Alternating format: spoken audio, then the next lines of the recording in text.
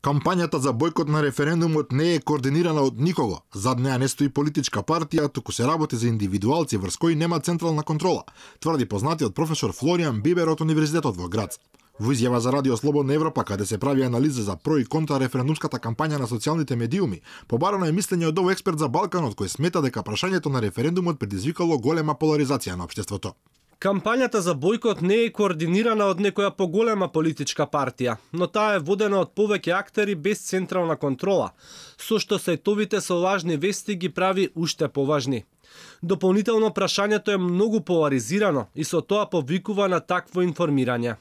Во анализата се потенцира дека западни официјални лица во повеќе наврати предупредувале за руско мешање во референдумот преку интернет тролови и други алатки на хибридна војна, а со цел намалување на ЕУ и НАТО амбициите на Македонија. Но, заклучува авторот, засега нема знаци за вклученост на Русија во моменталната дебата во Македонија, при што го цитира и премиерот Заев, кој самиот рече дека нема докази за мешање од страна на Русија. Радио Слободна Европа пишува дека Македонија, како земја која беше обвинета за преплавување на американските гласачи со лажни вести за време на претседателските избори во 2016 година, сега и самата се наоѓа на удар на истата кампања на социјалните медиуми. Со ова се реферира на познатата група од Велес, која доста успешно ја водеше кампањата против Хилари Клинтон во САД, иако понатаму во текстот не се нудат повеќе докази дека истите лица стојат и зад кампањата бојкотирам.